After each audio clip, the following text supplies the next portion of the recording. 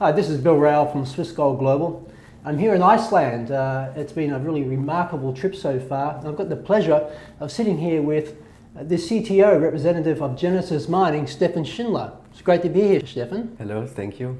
So, thank you for giving us a tour around your mining farms here. I mean, it's really mind-blowing what you have here. Thousands upon thousands of machines. The noise is like a jet aircraft. But maybe tell me a bit about yourself. How did you get engaged into Bitcoin and altcoin mining? Well, it was in the beginning of 2013, and that was the first time I heard about it. I was actually up for purchasing a VPN contract for internet, and I got one Bitcoin at the price of about 15 bucks. And to be honest, at that point, I still thought it was kind of useless, but interesting. And then only a couple of months later, I was taking a break. I was working in surgery before. I'm a medical doctor, and I was working in orthopedic surgery. My contract had ended. I wanted to take a 2 months break and then apply for another job. And it got the opportunity to look around a little bit. And I looked up Bitcoin once more. I was really interested. And once I saw what this is and how it works, I got really goosebumps all over my body. It was amazing, and I can say I sort of saw the light. I didn't want to do anything but investigate more into Bitcoin and have a look into it. So I got home immediately, and I started to develop my first Bitcoin miners, and spent about half a year just doing nothing but investigating into Bitcoin and see what it is. And that's sort of how I got into this industry. I never stopped doing it. In the beginning it was an idea or just a couple of months journey for me, but the journey went on, and I'm pretty happy about it. It's fantastic. That's quite a transition from being a professional medical doctor, then transitioning into to cryptocurrency. It's a huge paradigm shift in one sense. So you obviously have a great vision and future in this industry. Yes, I was always very interested in technology, and to be honest, that's not very typical for medical doctors. But it was always sort of my hobby. I was also, you can say, a little bit in the front line when the internet got bootstrapped in Germany. I was a system operator of a BBS, and we were sort of the first people who were offering a gateway to actually send an email out, because at that time it was completely new. So that was always a little bit my background, and I was always interested in it. Yeah. So tell me, why Iceland?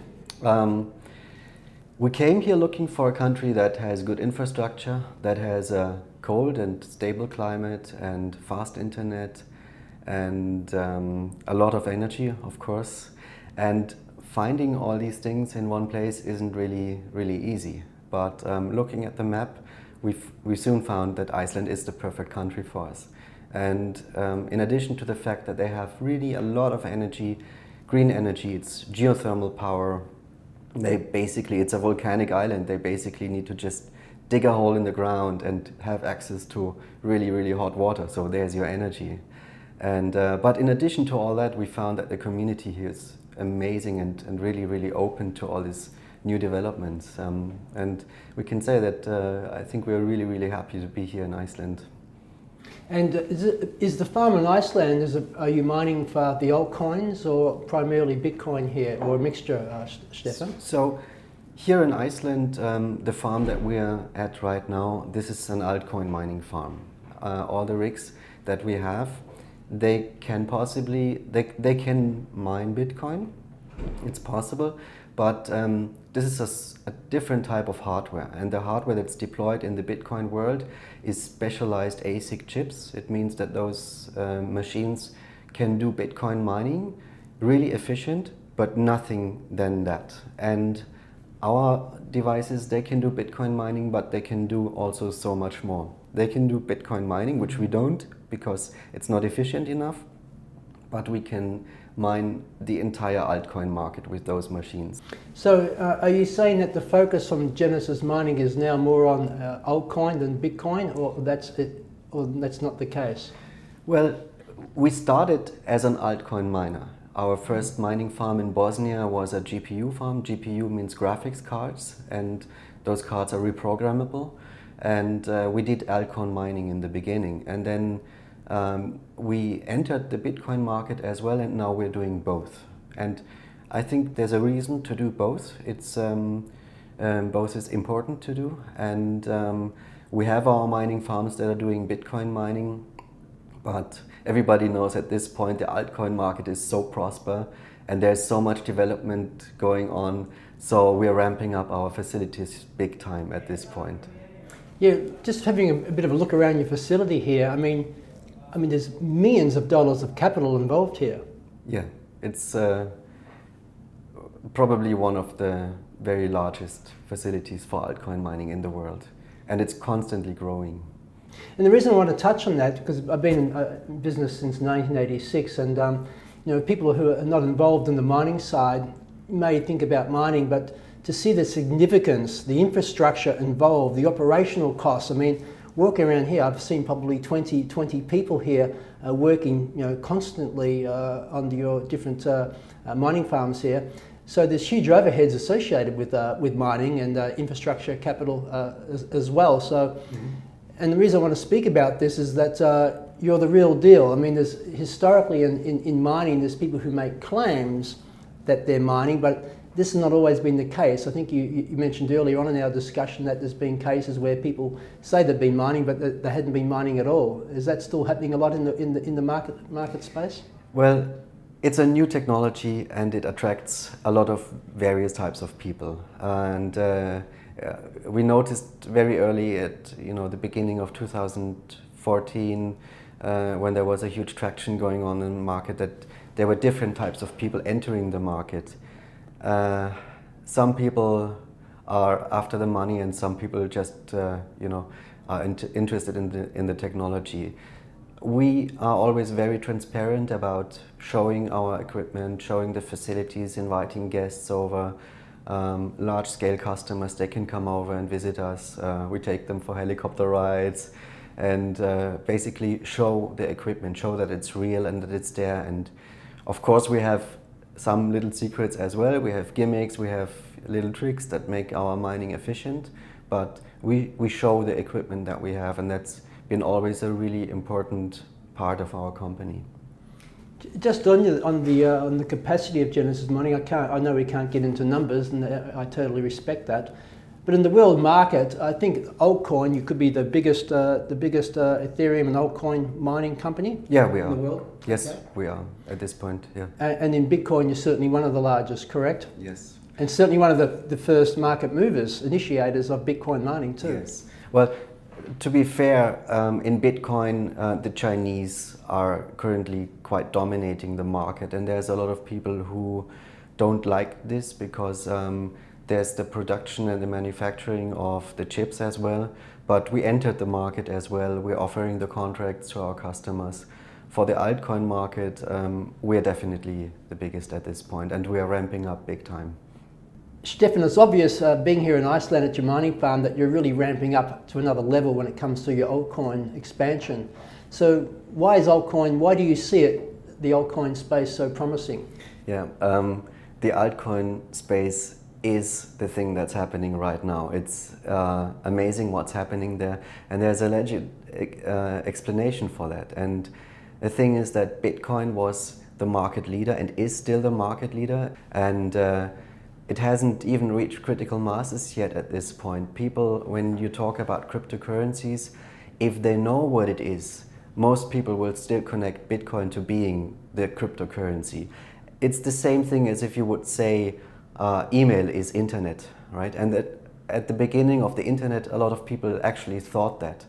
So, but there's more. There's not only email.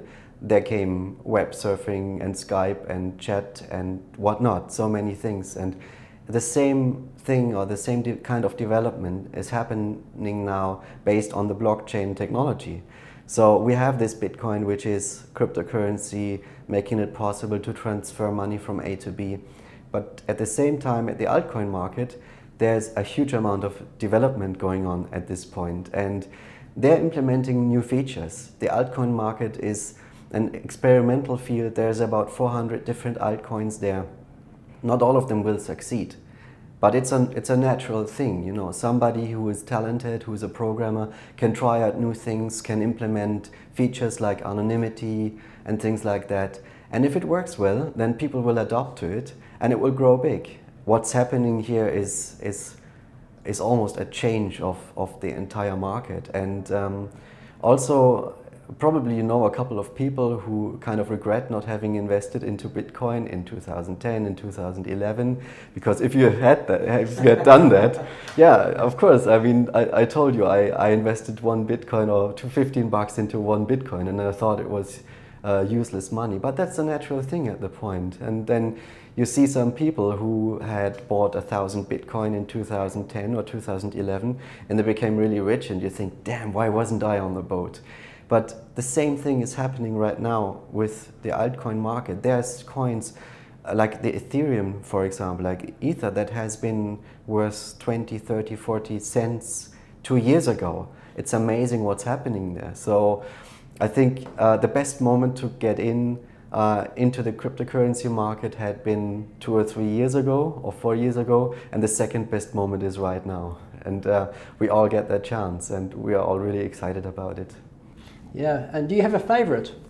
I have a couple of favorites, yes.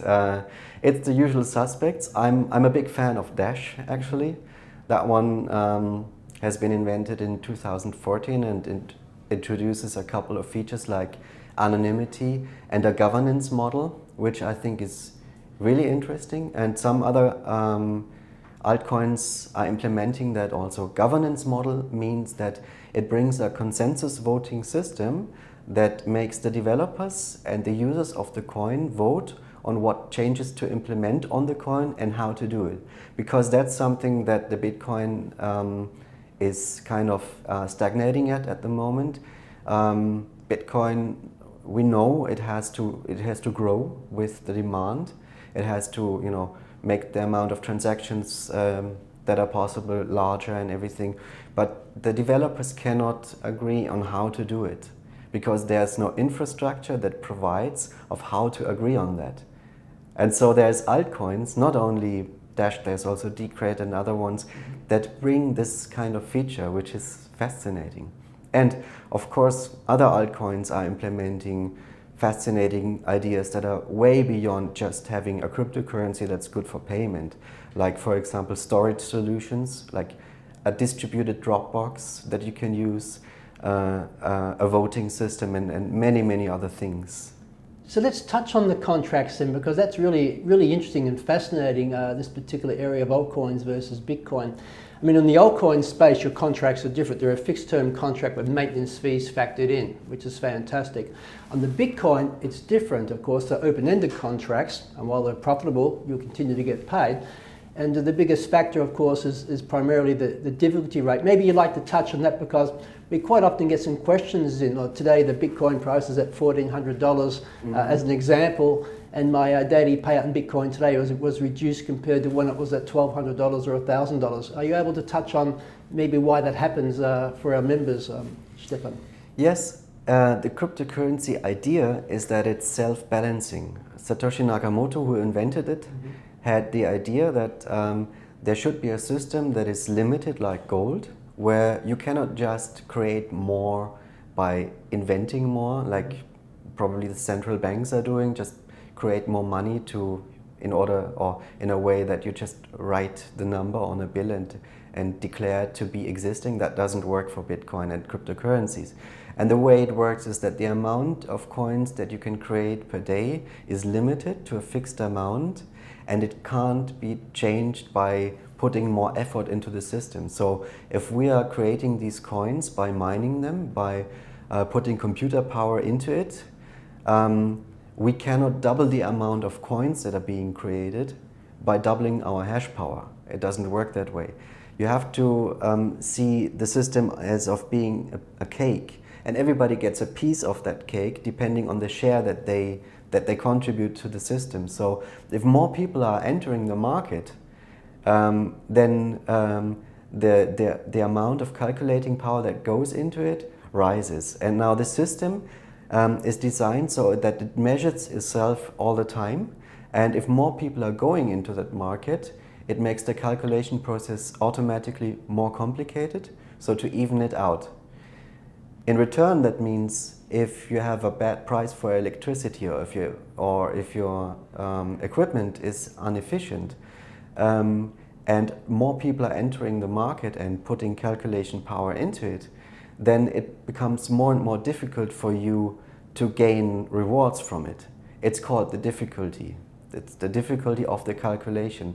And so in a short sentence, as the demand of a coin grows and the price grows, more people are entering it with their equipment and mining on it.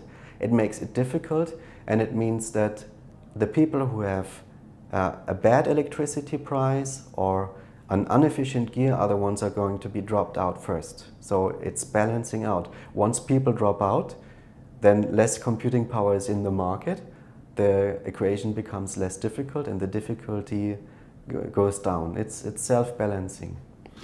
It's truly ingenious. And if I look at Genesis Mining from an outsider's perspective, while we actually contracted or we did a mutual agreement with your company, with Genesis Mining Company, to actually to be our mining provider. I mean, just your sheer scale, because you are on a global scale, your purchasing power, not just of technology, but also the consumption when you're negotiating for electricity, etc., must be so much ahead of many other players out there, which means it's going to benefit our members. They're going to be able to, reduced maintenance fees means more payout on a daily basis, correct? Yes. I think what we are doing is just very, very efficient. Everybody could buy a Bitcoin miner and try to run it at home, but you would soon see that you have to wait for the machine to arrive. That's an opportunity cost loss that you already have. You are waiting for the machine and you hope it doesn't get stuck in customs. You have to connect it and hope that it works. It will heat up your home. Your wife is going to be angry because it's loud. It's basically a hassle to do it, and it's very complicated. We are doing it on a large scale, and we are able to negotiate with the energy providers, with the manufacturers of the devices, and it makes it very, very efficient. Also, I think we are really professionals in terms of our software that we are using and our entire system. It's all optimized for efficiency based on our experience that we bring in since many, many years. And just to finish up here before we go into the actual one of the mining farms you have here, one of the many 5 or 6 that you have here, on the global scale, where is Iceland sort of positioned? I mean, I know that you probably are diversified across the planet. Is that so? Yes. We don't want to put all our eggs in one basket, obviously. So we are running our mining farms globally on all continents, and sort of every location is has their advantages, and the sort of equipment that you put in each location depends on the location. Some locations are really, really cheap in their energy prices, but then it's a very usual thing that there's a lot of energy where it's really, really tough to live at. So this is something that's all over the world. So the places that the energy is most cheap is probably the one with the least good infrastructure. Iceland combines a little bit of everything. The prices are really good and the energy is plentiful. So that's why we are here. And we put our most valuable equipment here. There's other locations where we put other types of equipment, and we're a little bit spread out all over the world. I suppose skilled personnel is also a big issue because it's quite a labour-intensive process by looking at what I've seen so far. But anyway, Stefan, I want to thank you for your time, the invitation to be able to join you here at this Iceland facility, and we really look forward to many years ahead working together with Genesis Mining. Thank you. You're welcome. Thank you very much.